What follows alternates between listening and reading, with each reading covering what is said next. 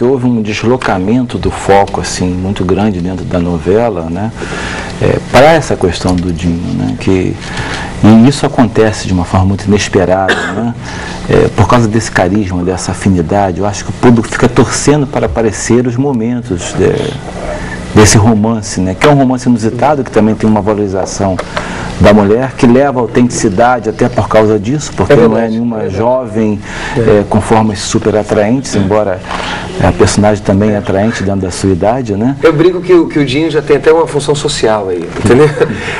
Mesmo. Eu acho que né? Galera, acorda, vamos tratar bem as suas mulheres, entendeu? Que elas estão cheias de fantasias e precisando de amor, entendeu? Então, Síndrome do pânico, as pessoas podem entrar ter a síndrome do pânico também pelo excesso de barulho, não? Pode ser um detonador, digamos assim? Pode ser um detonador se ela teve aqueles sintomas da síndrome do pânico em um ambiente barulhento. O cérebro faz comumente essa associação. Porque a síndrome do pânico, ela não tem uma causa definida, é esse fator agressivo. Mas o barulho sempre é um fator agressivo. Mas se ela associa uma crise que ela tenha tido em um ambiente de muito barulho, quando ela estiver naquele ambiente de barulho, o cérebro vai buscar essa relação e ela pode detonar a síndrome do pânico nesse aspecto. Né? Por que as pessoas têm síndrome do pânico? Porque elas têm isso geneticamente dentro dela? Para todo tipo de transtorno, acho que nós teríamos assim, que pensar sempre nas questões genéticas, nas questões psicológicas, nas questões relacionadas aos meios em que elas vivem. Mas basicamente a questão da síndrome do pânico é um transtorno, uma desregulagem do nosso sistema natural de medo e ansiedade, que na verdade são sistemas super benéficos. Sem medo a gente não atravessa uma rua sem ser atropelado, né? São ansiedade, né, que vai nos movimentar para as coisas que nós queremos. São sistemas que até nos preparam para momentos de fuga, para momentos que nós precisamos reagir, né? Quer dizer, o sujeito quando está num lugar e começa a pegar fogo, esse sistema é disparado e rapidamente você tem ataque cardíaco, você tem uma respiração mais ofegante que te prepara para a fuga.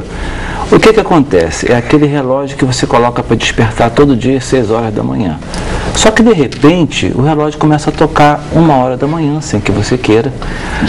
Começa a tocar 3 horas e você não sabe mais quando o relógio vai tocar. Então o que causa isso que nós chamamos de transtorno do pânico é uma desregulagem desse sistema de ansiedade, de medo, que é um sistema próprio, né, que nos serve muito até. E é muito interessante que, além de haverem situações em que nós identificamos, não, eu tive a minha primeira síndrome do pânico quando passei dentro de um túnel, e essas associações às vezes acontecem, mas elas acontecem com muita frequência assistindo televisão, em momentos absolutamente tranquilos. Do nada, assim? Do nada. Aliás, para nós caracterizarmos o transtorno do pânico como realmente devemos caracterizar, nós temos que ter episódios que são acionados a partir do nada.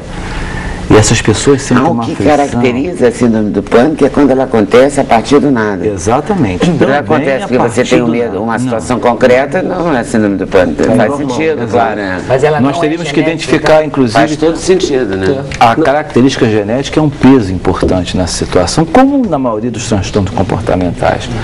Né? Existem fobias, né? Aquele sujeito tem fobia de altura, fobia de elevador, que não é uma coisa normal. Né? Acontece, tem muita gente que tem isso sem também modificar a vida dele, né? Sim, tudo é normal desde que não te traga prejuízos. Se o sujeito tem fobia, a fobia, se o sujeito tem fobia de foguete, mas ele não é astronauta, não tem problema nenhum, ele vai seguir a vida dele normal, né? Mas a fobia e síndrome de pânico são coisas diferenciadas. O transtorno do pânico é algo extremamente agressivo, facilmente controlável, né? E que depende de tratamento, mas que você vai ter sudoreses, palpitações, sensação de morte, desmaio iminente, dores precordiais. 80% das dores precordiais que vão aos pronto-socorros. Sensação de dor no peito, simulando infartes ou coisa que o valha, né? 80% dessas dores são, na verdade, coisas de síndrome do pânico, né? E aí, às vezes, nós encontramos um plantonista mal preparado para atender esse indivíduo, que acaba dizendo que aquele é piti, até o indivíduo encontrar a tranquilidade, a calma, né? Aquele repouso de dizer assim, poxa, graças a Deus descobriram que eu tenho, é um caminho às vezes muito longo. E tem remédio? Tem remédios, tem. E uma dessas atitudes para o tratamento da síndrome do pânico seria nós tentarmos equilibrar a serotonina em uma questão mais direta e mais rápida, trazermos um pouco algumas medicações que baixem essa ansiedade, para que elas não disparem esse mecanismo. E a psicoterapia também, a terapia cognitivo-comportamental, a reanálise desse pensamento, né? Mas é interessante que é uma coisa que normalmente, infelizmente, tem um percurso longo. E tem graus? Até o diagnóstico. Por exemplo, tem síndrome do pânico grau 1, grau 2, grau 3, assim. E tem a pessoa que está com síndrome do pânico e sai de casa há meses. Exato. Aí tem a pessoa que está com síndrome do pânico em um episódio esporádico. Menor. Exato. Antigamente a gente chegava, né? Eu acho que o grande alerta que a gente tem que trazer é essa liberdade que o ser humano tem hoje, esse direito de tratar-se. É muito comum a gente procurar um médico para tratar a dor de barriga, para tratar a gripe, mas quando existe alguma coisa comportamental que está nos afligindo, existe um preconceito muito grande. O cara roda um eletro, parte clínica está legal. Parte clínica está legal, o médico às vezes trata mas aquilo pode acontecer a qualquer momento, e para quem está sofrendo de síndrome do pânico é uma sensação de morte muito Você pode ter séria. uma única vez e nunca mais repetir? Para nós diagnosticarmos como transtorno do pânico, uma única vez não basta, a não ser que você tenha uma única vez, mas tenha uma sensação e uma enorme preocupação de que aquilo possa acontecer de novo.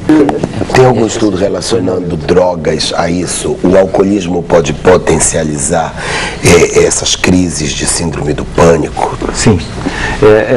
A crise, com todas as características do transtorno do pânico, ela pode ser provocada também pelo álcool, né? Porque o álcool, às vezes, ele ceda excessivamente a produção de noradrenalina, e quando você se recupera no dia seguinte, você pode ter uma subida rápida dessa noradrenalina e ter aqueles sintomas. Também em relação ao uso de êxtase, né? Essas drogas que é muito comum.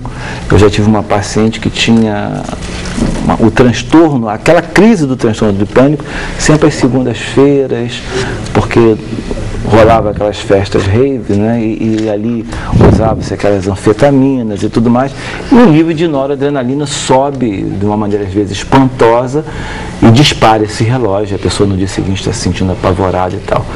Mas Está numa ressaca horrorosa, deve ser. Também. Né? Que mistura isso com não sei o quê, com festa, Mas dá um o aumento do bodão. uso de drogas aumentou a incidência de síndrome de pânico ou não tem relação? Não, olha só, o uso de drogas provoca crises semelhantes ao transtorno do pânico. Para nós identificarmos realmente uma pessoa portadora do transtorno do pânico, uma das causas que nós teríamos que excluir, inclusive, é que essas crises não estejam sendo motivadas pelo